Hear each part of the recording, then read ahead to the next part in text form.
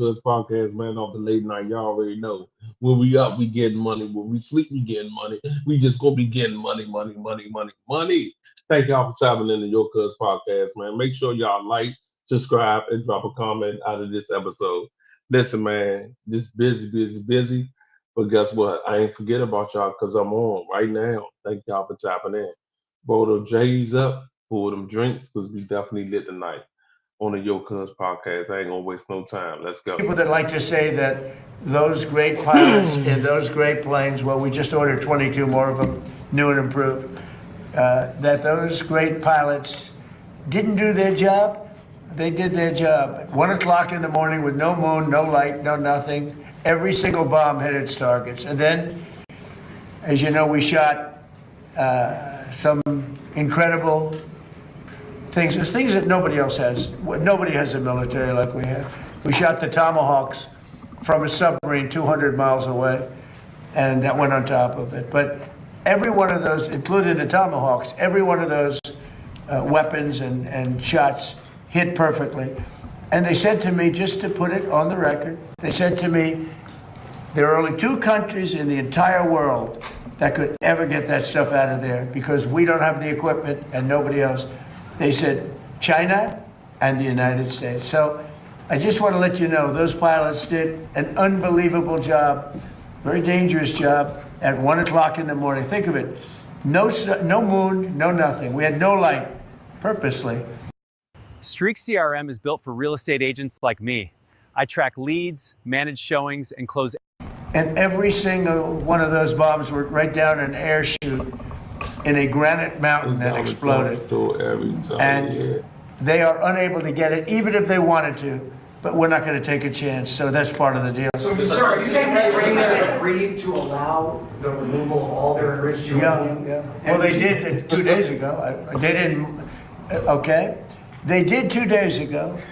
They said, you're going to have to take it. We were going to go with them, but they changed their mind because they didn't put it in the paper.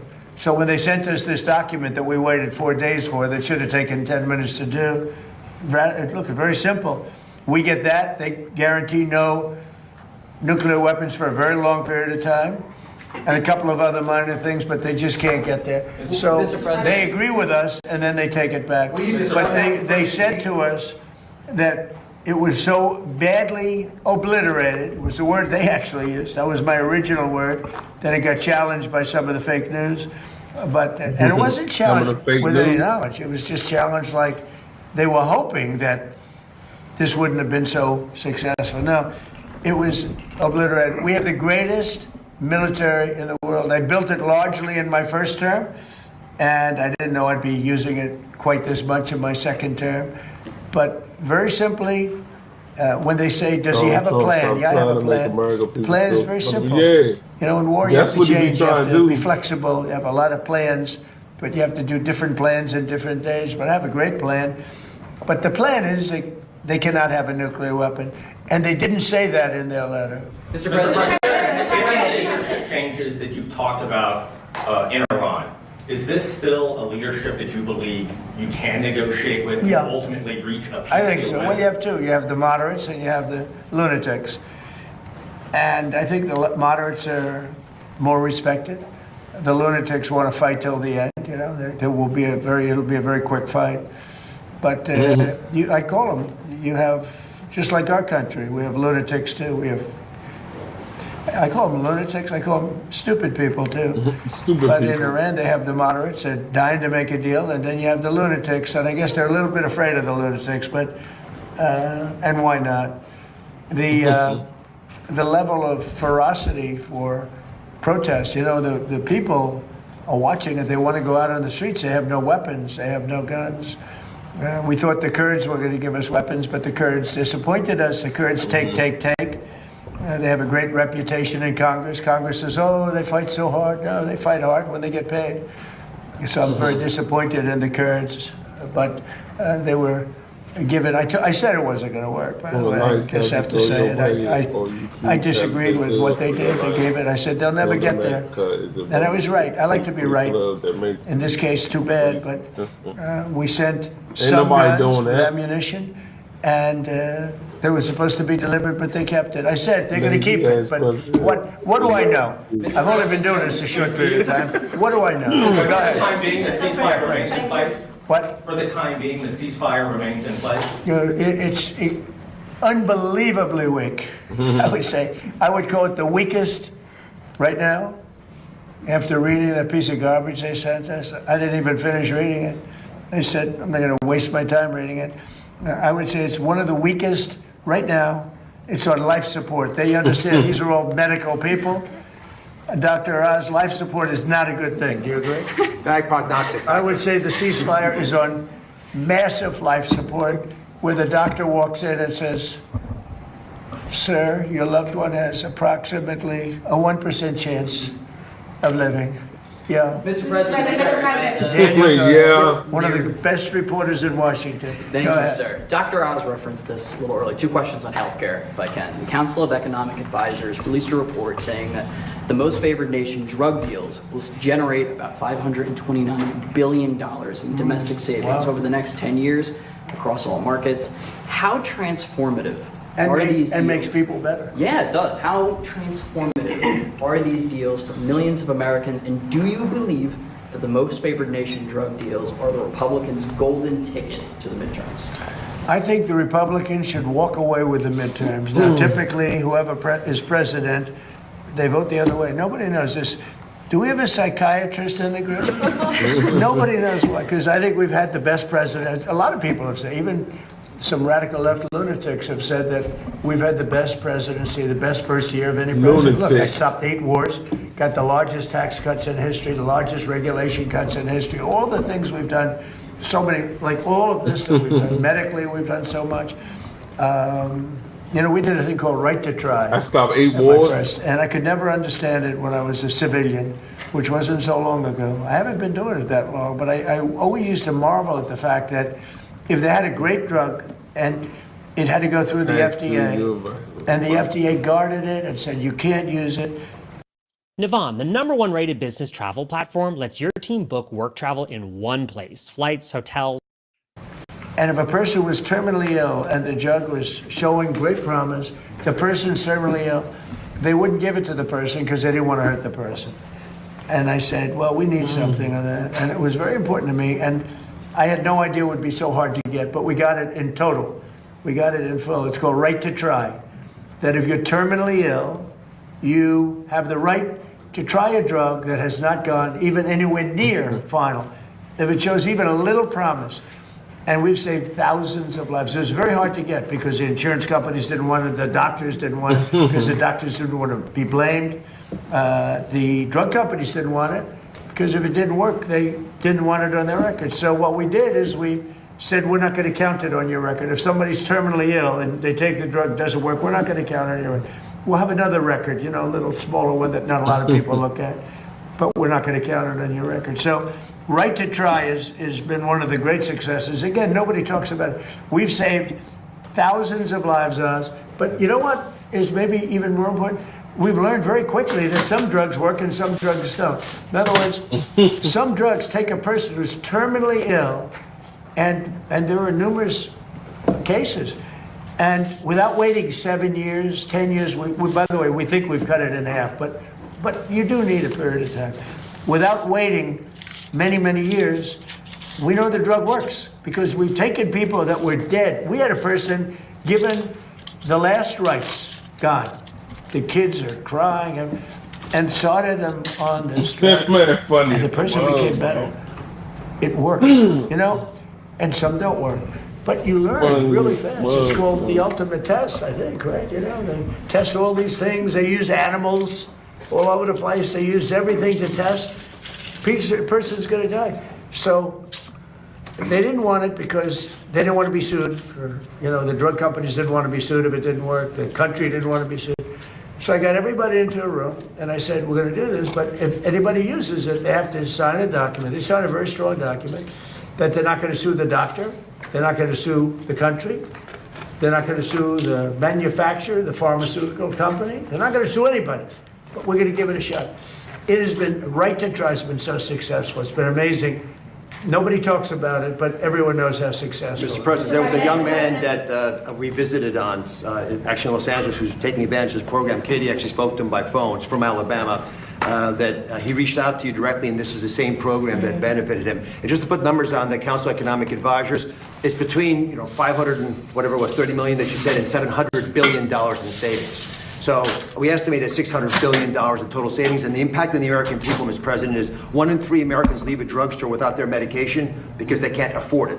Even though they got a doctor's prescription, they know they can make a difference in their lives. That will no longer happen with the most favored nation drug pricing. And we're giving drugs like which, as you call it, the fat shot, the weight loss drugs to all beneficiaries of Medicare. Every senior in America can get them for $50 starting on July 1st. These are just inconceivably good prices, and they're so good, in fact, that we actually save the taxpayer money by reducing the downstream effects of obesity, diabetes, and hypertension. Mr. President, all possible because you took brave action. And again, the quick question we should be asking ourselves is why didn't this happen a decade ago? Katie, what do you think about that young man? That he is, he has a new lease on hope, and it's because of you. I talked to his parents, and they said, we feel so good about our country that we literally have the president and Dr. Oz and Secretary Kennedy doing everything possible to give our son a fighting chance. They said before, no one was listening, but you, Mr. President, took action. And Will Roberts, he is such a great young man. Well, right He's to try inspired is so many people. Nobody talks about We're with him. Thousands of people, but it's also like this incredible Christian laboratory people in Milwaukee. of people that they're finished, they're terminally ill, they're not going to live, and we weren't given. And this went on for years. This went on. Madam Secretary, you're doing such a good job with prices, agriculture. How's the beef doing? We got to get the beef down. We're working on it. It's the only thing. We got to get the beef down. But It's becoming more affordable. This was so incredible because, and I marveled at it for 30 years. I'd say, why? I'd have friends that were terminally ill. You'd meet people. They were really in bad shape. They weren't going to make it, and they couldn't get a drug that looked like it was going to work. They couldn't get it. They asked me to get it. You have contacts. Could you get it? You couldn't get it. You go to jail if you get. And they were going to die. They'd die 3 weeks later, 4 weeks later. And we're saving a lot of people that were gone, that were terminally ill. And what we're doing is producing almost immediately. You can almost immediately approve these drugs. But it was very, look, legally it was a disaster because everybody would be sued. The problem is somebody would die, and then they blame the drug, and then the drug company gets sued, the doctors, the country gets sued. A member of the family goes crazy, and you're settling for millions of dollars because you killed somebody that was going to be dead in 2 weeks. So I did that, and I'm very proud of it. The other thing, doctor mentioned the fat drug. So think of it, $87 it would sell in London, and $1,300 in New York. Just like with any business, there's a lot that goes into starting a 501c3. Research, planning, fundraising, and so much. For the exact same box, made, I won't name the company, made by the same company in the same facility, $87 in London, $87 in Heidelberg, $87 in Paris, $1,370 in New York. And this went on for a long time. And I must tell you, he could be a famous guy. He's begging me not to release his name. He's a very highly neurotic, very fat, sort of a fat slob, I would call him. But he's a brilliant man. We know many of those people. He's a brilliant guy, actually. But he said, President, what the hell's going on here? He didn't need the money. He's rich as hell. But he just couldn't understand why he had to pay so little in London. He went to London, and he couldn't understand it. He said, this is crazy. And it actually motivated me in a certain way because he was very smart. He did a study. He actually sent his people, and he traced this medicine, and he found out it was, the box here is the same box as he had in New York. It was made in the same plant, and it cost 10 times more here than it did in London. And that there were worse stories than that. And I said, that's it. It's over. We're going to do it. That got me really motivated. He's begging me not to release his name because he is a well-known person. And I've so destroyed his reputation in terms of his physicality that he just doesn't want me. I said, you've had a big impact on medicine because you got You got to be better than any normal person could have, you know? He said, no, I don't want to. Okay, yeah, please. Mr. President, what do you hope to get out of the summit in China, and how much has the war in A Iran lot. changed the agenda? Look, I have a great relationship with President Xi. We're doing a lot of business, but it's smart business. We used to be taken advantage of for years with our previous presidents, and now we're doing great with China. We make a lot of money with China. I have a great relationship with President Xi. And I think you can see that with the fact that in Hormuz, they get a big percentage, 40% of their oil from Hormuz. There's been no ships coming in, no nasty ships coming in that we end up in skirmishes with. He'd like to see it get done. He doesn't want to see, I'll tell you what, look, I respect him a lot, and hopefully he respects me. He didn't respect our previous government, that I can tell you. The guy couldn't talk. It was ridiculous how that ever happened. Our country was hurt so badly the last 4 years. You know, I say it all the time. It was the king of Saudi Arabia, but everybody says we were a dead country a year and a half ago. And now we're the hottest country anywhere in the world. And you know that better than anybody. You know, you see that. Olivia sees that. You see it in the numbers. Look at the numbers. Look at the stock market. The stock market is now higher than it was when this war started. So I thought that would go down 20, 25%. It was fine. You know, I'm willing to, it's a terrible expression, take a bullet. It's a terrible expression, especially when it's used by me. But I'm willing to take a bullet for the country. And I said, look, the stock market's going to go down, but we're going to have a threat of lunatics having a nuclear weapon. I deal with them. I say it to them. I say, you people are crazy. I deal with them. They talk differently. I say, you're crazy. You're crazy people. You're nuts. You're not having a nuclear weapon. They think they can talk me into it, and they don't do very well with it. But they know how I feel. They can't have a nuclear weapon. They would use it within an hour after getting it. If the Obama deal wasn't terminated by me, they would have had it 6 years ago. And they would have used it immediately on Israel and also the rest of the Middle East. You saw that when they started shooting rockets. Nobody thought Saudi Arabia and Qatar and UAE were going to get hit, or Kuwait, Bahrain. I think it was a tremendous strategic mistake, and they wasted those missiles. We have the Patriots that knocked them down every time. You know, I told the story, we were shot at one of our great assets, happened to be a ship, great ship. 111 missiles going at very high rates of speed, sophisticated equipment. And, you know, that's all they did is build missiles, thousands of missiles. Who does this except for people that are looking for trouble? We had 111 shot at one of our ships over a very short period of time. Out of 111 missiles going at 3,000 miles an hour, all 111 missiles were knocked down into the ocean long prior to arriving at the target. And the coolest guys are the guys that do this. You know, they're not brawn, they're brain. They sit there, missile shot. You got to see it happening. Missiles coming. They got like about 13 seconds to make a decision. It's not like, gee, let's figure it out. They make a wrong calculation. You know, you lose a lot of men, and a lot of $1 billion times 10 ships. So, but there's a level of coolness that missile shot, they look, and you know, they're going, heading 47 degrees north, 1,300 feet, going 3,000 miles an hour. Okay, we have it in our sight. Fire, boom. 10 seconds left.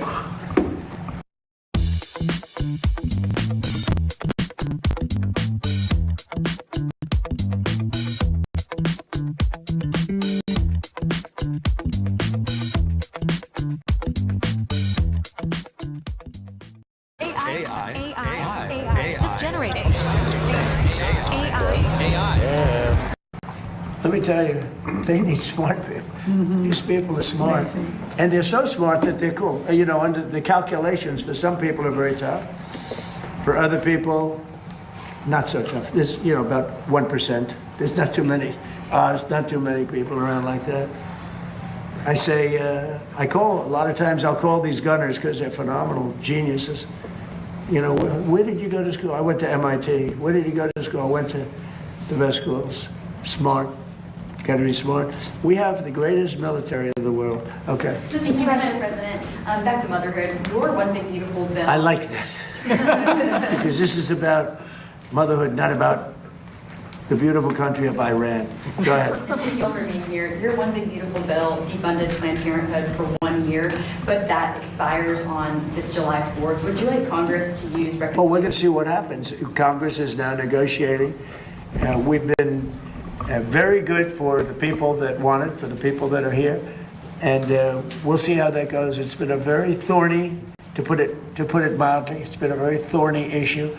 It's all under negotiation right now. Yes, ma'am. Would you like to see that defund? Yeah, go ahead, please. Thank you, Mr. President.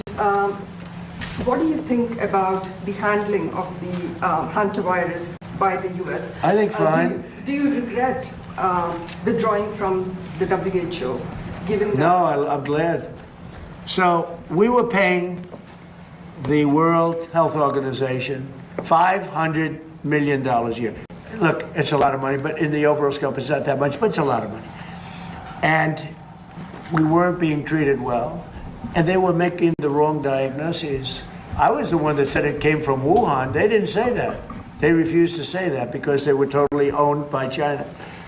So I was saying it came from Wuhan. They didn't want to say that. Now it's turned out, I think it's been conclusive that it came from Wuhan. But I said that on the first day because I saw satellite pictures with body bags all over Wuhan. Literally all over Wuhan. So I said that they lied to me or they didn't know. So we were paying for, let's say, 350 million people.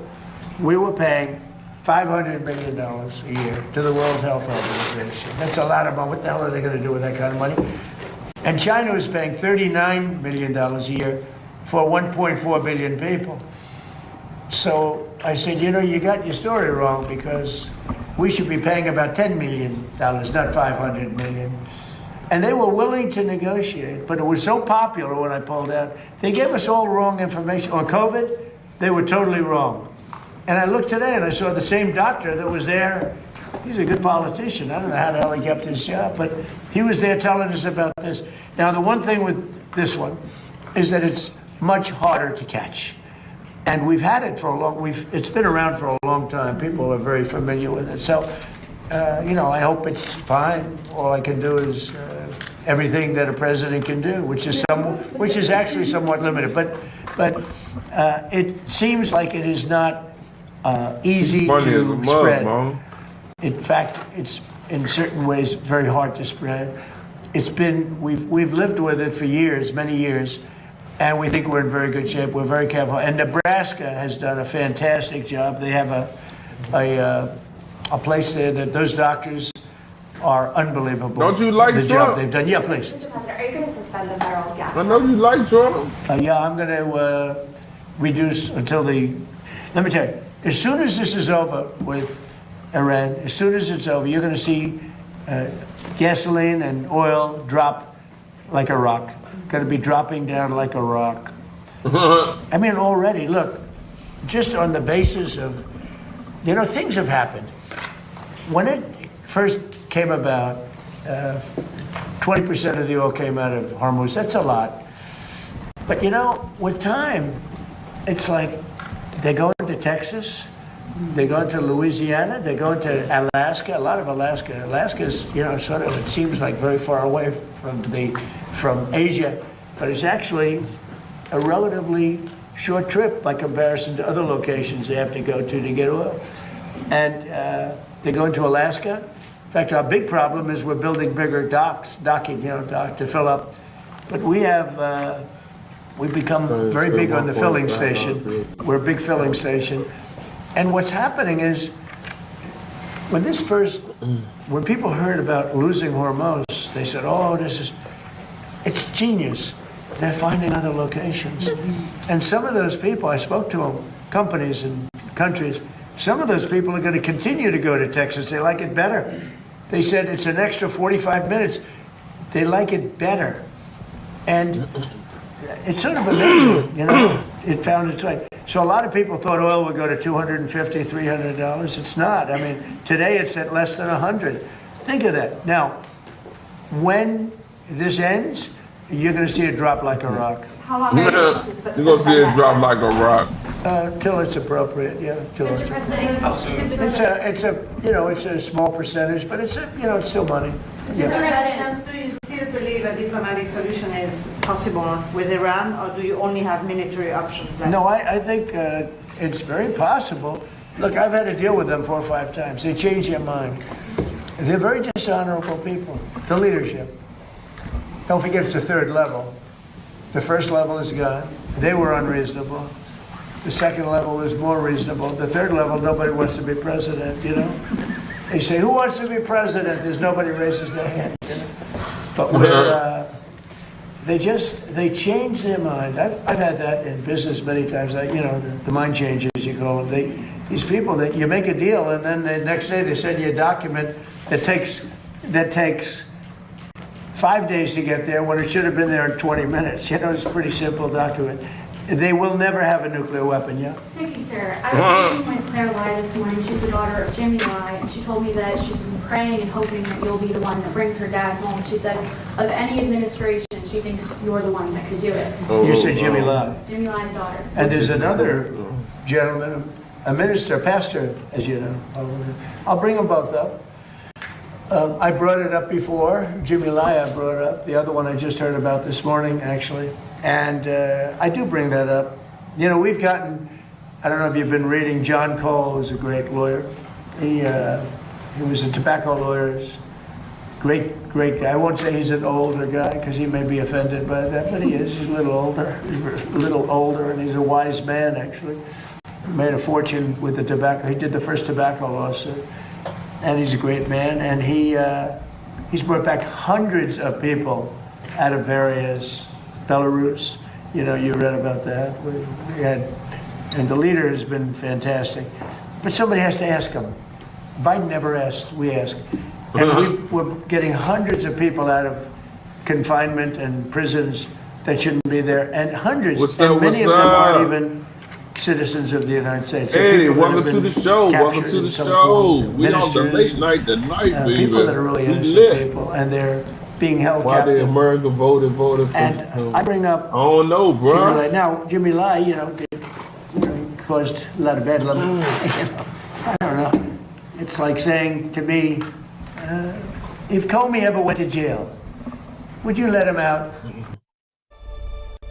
Risk is a constant. It's something to embrace and manage. When the pressure is on, I feel right at home. How do you manage risk? CME Group, where risk meets opportunity. Equity indices built on opinions. That's the old way. The new way. It might be a hard one for me. Does that make sense? It might be a hard one for me, because he's a dirty cop. But Jimmy Lai isn't that way. But Jimmy Lai, he caused lots of turmoil for China. He tried to do the right thing. He wasn't successful, went to jail, and people would like him out, and I'd like to see him get out too. So I'll bring him up again. I have brought him up. There's another gentleman, a pastor, as you know, with a beautiful daughter and son-in-law that would like to see him get out. I'm going to bring his name up. Mr. President, what about Taiwan? Do you expect Taiwan to come up in your negotiations? Yeah, it always comes up. It always comes up. It's. I used to say Ukraine would. 4 years you never even heard the word Ukraine. It was never going to happen, and it was handled so badly. Ukraine should have never come up. They lost last month 25,000 soldiers. Both sides. 25,000. They're losing on average 25,000 soldiers. It's like a meat grinder. It's horrible. That's crazy. That would have never happened had the election not been rigged. That would have never happened. And Putin and I would talk about it, but there was never any. He would have never done it. Taiwan, I equate it a little bit to that. If you have the right president, I don't think it'll happen. I think we'll be fine. I have a very good relationship with President Xi. He knows I don't want that to happen. Very far away, very, very far away. Just at 9,500 miles. You know, we're 9,500 miles. He's 67 miles. I don't know. It's a little bit of a difference, but you know, there's a lot of Trump support for Taiwan from Japan and from countries from that area. Do you think we should still be selling them weapons? The United States should Well, I'm still going to sell have that weapons? discussion with President Xi. President Xi would like us not to, and I'll have that discussion. That's one of the many things I'll be talking about. We'll have a, you know, he and I have gotten along well. Other than with COVID, I was not. I was just not accepting of what happened with COVID. But other than that, he and I have had. He's a great gentleman. I find him to be an amazing man. And when I say that, the press always says, "Oh, that's terrible that he called it." You know, he runs 1.4 billion people with a pretty iron fist.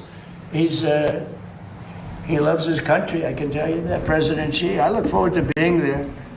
And if he felt anything, we wouldn't be doing it. But a lot of good things can happen. Now, we'll be talking about, I mean, he'll bring up Taiwan, I think more than I will. But I think that a discussion will be a little bit about energy and about the very beautiful country of Iran.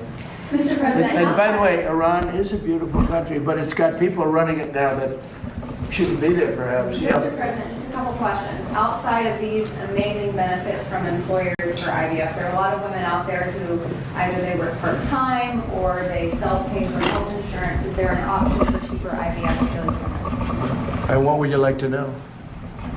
For IVF, bring it down to the cost that's associated. I don't know. Olivia, could you answer that question, please? We're trying to We're make. putting her through a little training here, Tom. See whether or not she's got it. I have no doubt she has. Go ahead. Just a softball from the president. At Healthy Moms, Healthy Babies America. Let's give this one to Olivia. We are focused on making America the safest and best place to have a baby. The IVF question, I think, can probably be better hit by Senator Britt absolutely. and Dr. Fink. And others. Yeah, so what we're trying to do is obviously make sure that people have greater access and that the affordability goes down. We did that obviously with what you saw from the president last year and the 2 different announcements he made. We've seen, over, thousands of people have more access with regards to affordability. I think we've saved about $15 million, but we know that this is going to go up to the tunes of billions of dollars with what we're doing here. With being able to allow employers to do this, we think it will ultimately drive down to each and every person. So that is the point. The more that people are able, we want to get, as Secretary Kennedy said, we want to get to root causes as well. So we want to make sure that we are treating the entire issue, not just putting a Band-Aid on it and moving on. We want people who want to bring life into the world to have that opportunity. We do believe that this will do that. So a combination of allowing this to be available, but then also the affordability element. I think it's down, as he said, some of these drugs down 80% from a year ago, some down 40% over a year ago. So it's a really exciting time, and we do think that this will ultimately be able to reach all Americans. But a lot of people don't realize it's available. I spoke to people, they don't know about the Trump, they don't know about any of these things that, where you're saving so much money, where they can actually afford it. When you get prices down to just a tiny fraction of what they used to be, that's one of the reasons I don't need it for myself. I get enough publicity, but I need it to inform the public. A lot of people, like your question's a good question, but a lot of people don't know IVF and so many other things that can help them, that they assume it's so expensive, it's not within their price range, and they're not going to be able to afford it or even think about it. And then they hear about these numbers, and in addition, there's some help that we give them beyond even the low numbers. Mr. President, only 1 in 3 Americans know what TrumpRx.gov does. It would be a great service. I know he kids you a lot about this not getting reported appropriately, but there is no excuse to buy drugs. Make sure you're getting the best. If you're serious about doing well on the LSAT, this is the way. Yeah. Yeah, it really changed my life. I got a 170. I got a And sir, we've got tens of millions of people who are going to it, but there's hundreds of millions of Americans. So we have got to get Americans real. You mentioned fertility. Fertility drugs are probably a third of the cost of the entire process. For those to drop by 90% dramatically changes the equation. And there are private companies who are now taking advantage of the whole group of individuals who can get access to fertility medications and the treatments that go with them. And as the services get better, we make them more affordable, we'll have more truck babies. Yeah, and we hope that that lays the groundwork, though, so that anyone has an ability to receive these. And also remember, this is all on moms.gov as well. Yeah. I mean, that's one thing we're trying to do, is make sure that we are pushing people to all of these resources, because when you either want to have a child or you find out you have a child, sometimes that's a very exciting thing. Sometimes, you're a little overwhelmed. We want all of those resources to be in one spot so that we can help these women in their journey to motherhood. And when people hear how inexpensive it is relative, they can't even think about it. Now all of a sudden they say, I can afford that. And they get help also in affording it. There are ways of getting help to afford even those low prices. How about one more last question, please? Thank you, Mr. President. What do you say to infectious diseases experts who say they are worried the country may not be prepared to deal with something like hantavirus because of all the HHS, funding and staffing cuts? Well, I think we take care of that, Dot. And you want to answer that? It's just not true. Jay Bhattacharya is taking this task on. Secretary Kennedy is involved with him. You can speak to him perhaps even better than, frankly, best in the room. But the country's prepared. The CDC is focused on it, and the agency is well aware of the opportunities to actually treat this problem, not just try to prevent it in the future, but treat if it happens now. Secretary? Yeah, I mean, we've had CDC teams on it from day one. I was speaking with the University of Nebraska since the second day of the outbreak. I was speaking with Governor Billen of Nebraska. We had a CDC team at Tenerife. We had airplanes ready to take the patients, the 17 patients, off the vessel and transport. 2 of them went to Atlanta. One of those was symptomatic. They're in a biocontainment lab in Atlanta. The other 16 are now in Nebraska. One of them is symptomatic. He is in the biocontainment lab. The other ones are being tested and supervised and given plans for going home. We have this under control and we're not worried about it. But the CDC took 4 days after the WHO issued its, alert. Why was it? Why did it take the US 4 days to issue an alert? It's not true. As soon as we determined that the virus was out there, we issued an alert. The alert means nothing. They acted very quickly. I saw the alert. Give me a minute. They acted very, very quickly, and it looks like, and can't bet anybody's life on it, but it looks like it's just a disease that we've had around in a very small way for a long time. Not a good one to catch, because it's a very severe disease if you catch it, but it's very hard to catch. Daniel, did you have a question? One last one. Senator Britt mentioned the website moms.gov. One of the policies that's on there are the Trump accounts, right? They're getting ready to go live this summer. When you speak to young parents, this is one of the policies they repeatedly bring up about how impactful it will be for them. Can you just talk about why Americans need to know about this and how important it is for younger parents to give their kids a So we've done more for young parents, I guess it's the way you could say it. It's a great, beautiful term. But we've done more for young parents than any administration ever in history, and we're going to continue to do so. This is, look at the people up here, they're all like brilliant. I'm one of the young ones, That's right. I'm a similar age to all of you. Very similar. I feel the same as them. I actually feel, for sure. I don't know what this is. I feel the same as I did 50 years ago. Yeah. It's crazy. Someday there'll be a day when that won't happen. I'll let Bobby and Oz know, It's not quite the same. But I feel literally the same. I don't know why.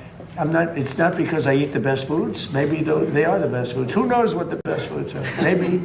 Maybe junk food is good and the other food is no good. I know people that eat the best food. They go to a restaurant, they have celery, and I don't want, and I'll have steak and everything else. And I say, how you doing? Well, it's over for me at a young age.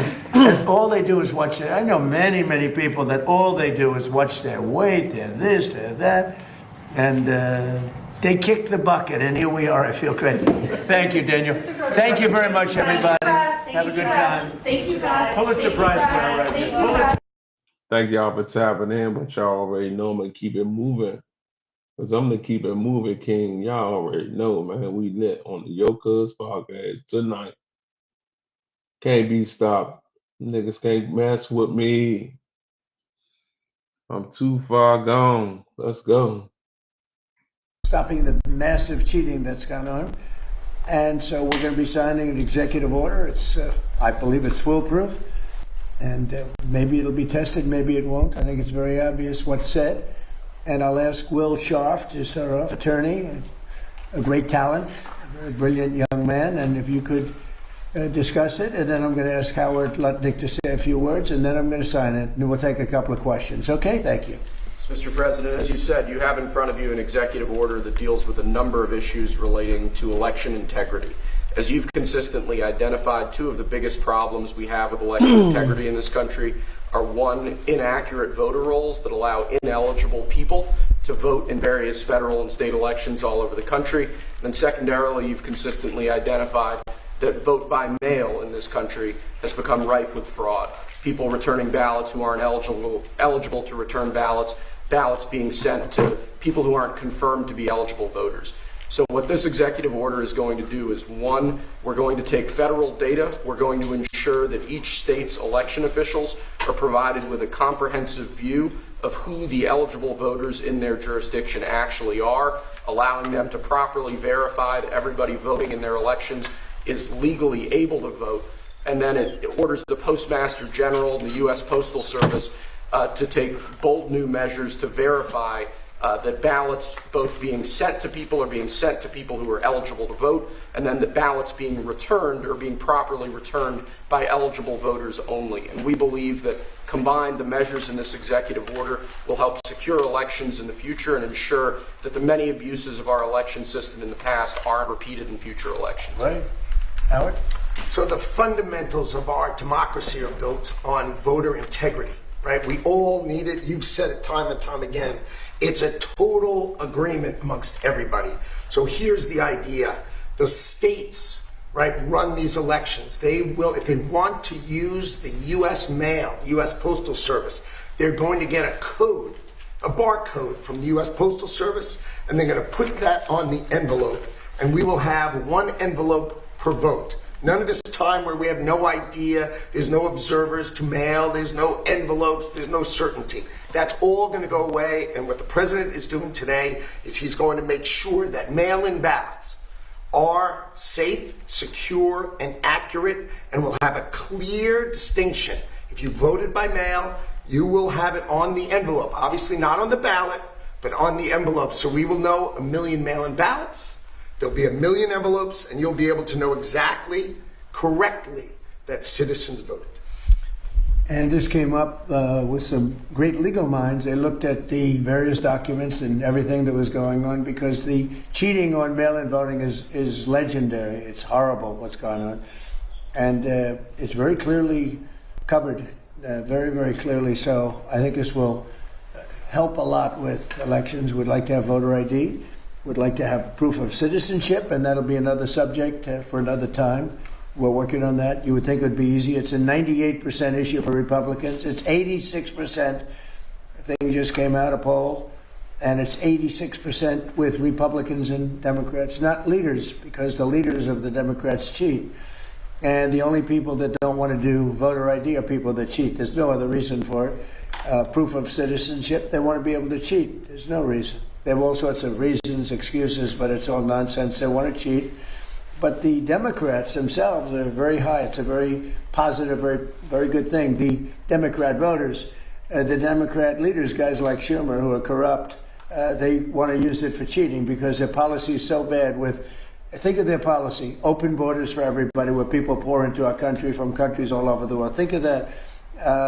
You look at, just take any issue, take anything, everything they have is so crazy. But the fact that they don't want to sign voter ID is another issue. It's a big issue. The fact that they don't have proof of citizenship, that they want transgender for everybody, that they want men in women's sports. So the only way, they assume, the only way they can win is to cheat. When you have men in women's sports, it's fine. It's wonderful. By the way, I worked very hard with the Olympic Committee and got that terminated for the Olympics. Very nice. Now, girls won't have to get beat up in the boxing ring like they did last time. If you saw those fights, two people that transitioned beat the hell out of everyone, out of other people, women. It was not a pretty sight to watch. So I worked very hard with the Olympic Committee, and we were able to get that out. So the Olympics will not have men and women's sports. But these are the things that they vote on, and that's why we're having a problem with them. They don't want ICE because they don't want people to be taken out of our country that are murderers, that are drug dealers, and that are people from mental institutions, the criminally insane. These are not nice people. And it's amazing. It's not even believable. If you go back 12, 13, 15, 20 years, that we even have to bring up a subject like there will be no trans mutilation. We don't want any transgender mutilization of our children. We don't want to have people pouring into our country from other countries all over the world, where prisons are opened up. All over the world, they're opened up, and they pour into our country. Murderers, 11,888 murderers. Think of that. That's a lot of murders. And by the way, Washington, D.C. just set a new record for safety. I'm sure you know that, because, Peter, when you walk down the street, you're not mugged lately. But it's a very safe city now. We took great pains to make it that way, but it actually happened pretty quickly. Within 3 months, it was good. Within 4 months, it was very good. Within 5 months, it was great. Now it's better than it ever was. And so Washington, D.C. is now considered a very, very safe city. We removed almost 4,000 people, just so you understand. You know, an interesting stat is that 2% of the people create more than 90% of the crime. And the good thing about that is when you get rid of 2%, it's not that many, you don't have a lot of crime. But Washington, D.C., we're very proud of. We're very proud of Memphis, Tennessee, and Louisiana. New Orleans is unbelievable. They had the safest, they just finished their Mardi Gras. They had the safest Mardi Gras in 58 years. The governor just called me, Jeff Landry just called me. He said, it's the safest Mardi Gras in 58 years because of us. And really, Chicago should call and say we'd like help. New York should call. They've had a lot of problems that we want help. Los Angeles should call and probably will. I think they have to. Now, we're going to have to do something when it comes World Cup time, and we're going to have to force ourselves upon them, which we have the right to do, because we don't want to have any crime. We don't want to have any problems for the Olympics and the World Cup, and even for 250. So with all of that, I'm very happy to be signing the voter integrity, and I think it's going to be really great. So there you go, sign that paper. Take some time, and I'll make this signature absolutely perfect. My man, sign so that paper. Good. So far, so good.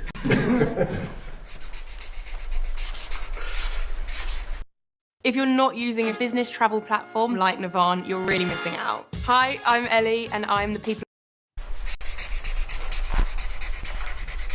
Okay, so that's a big deal. Very proud of it.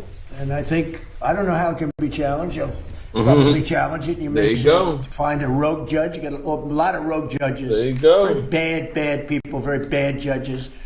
But that's the only way that can be changed, and hopefully we'll win on appeal if it is. But I don't see how anybody can challenge it.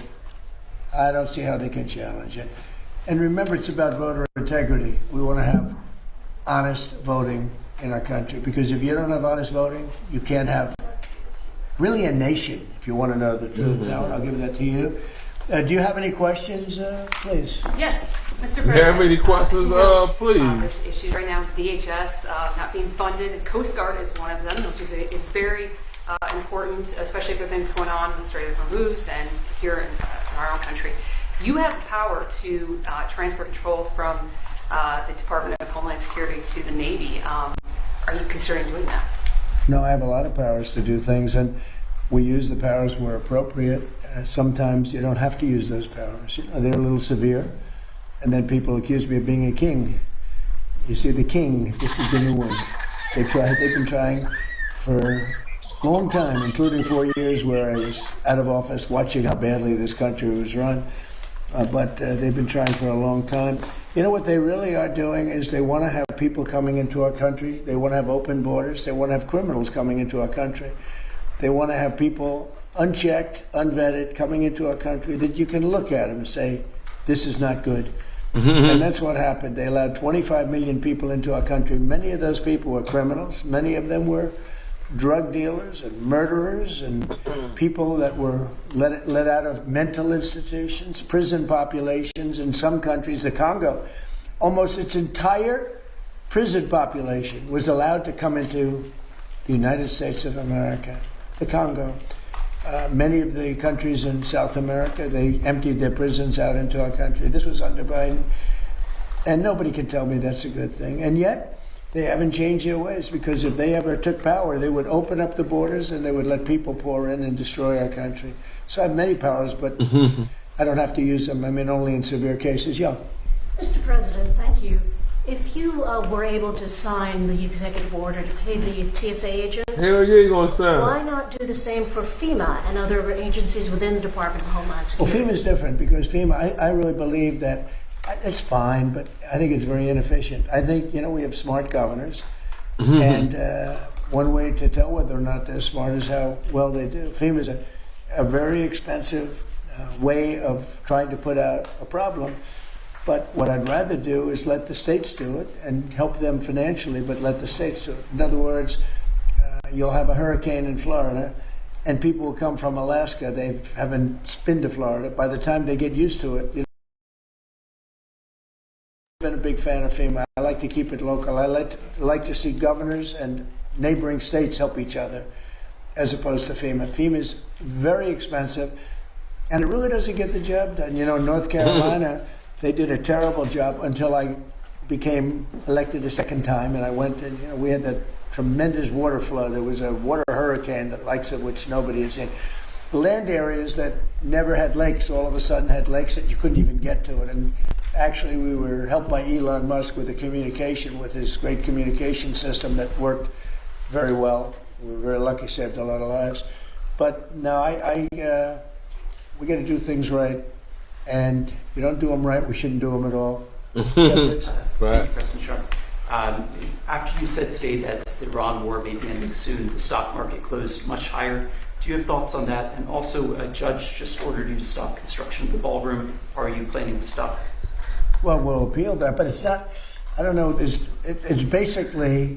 I wrote a part of his opinion, but basically he's saying I need congressional approval, and he's so wrong. This is being financed privately. It's a donation that's being given by companies, very rich people, so that for 150 years they've wanted a ballroom here. We're going to have the finest ballroom, I believe, anywhere. I'm tapping in, man. Like I said, man, I came on tonight because I was listening to this driving home, and I had to let y'all hear this. Listen, man, I see y'all in the morning. Kind of tired, gotta lay it down, gotta get up in the morning. I love y'all YouTube family. Thank y'all for tapping in.